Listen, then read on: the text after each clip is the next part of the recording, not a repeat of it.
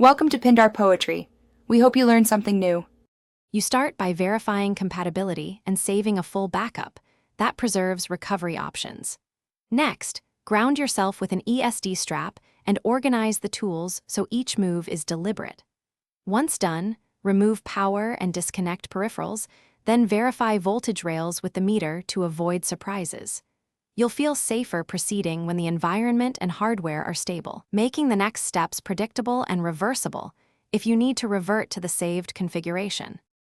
You now perform the main sequence, unlock the module, apply the freeform adjustments, and run the calibration routine. Work in small increments, 10% or 1/10 units, so you can measure effects without overshooting. After each pass, record results and run a functional test to confirm stability. Make sure to keep an eye on temperature and voltage readings. If anything deviates beyond safe thresholds, pause and revert the last change. That careful pacing prevents cascading failures and saves time. You finish by locking the configuration and running a full verification and stress test at expected peak load to confirm real-world stability.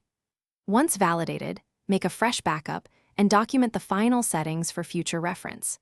If something goes wrong, restore the backup first, then compare the logs to isolate the last change that triggered the issue.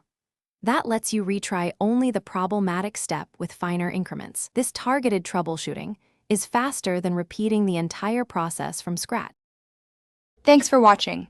Consider subscribing if we helped you.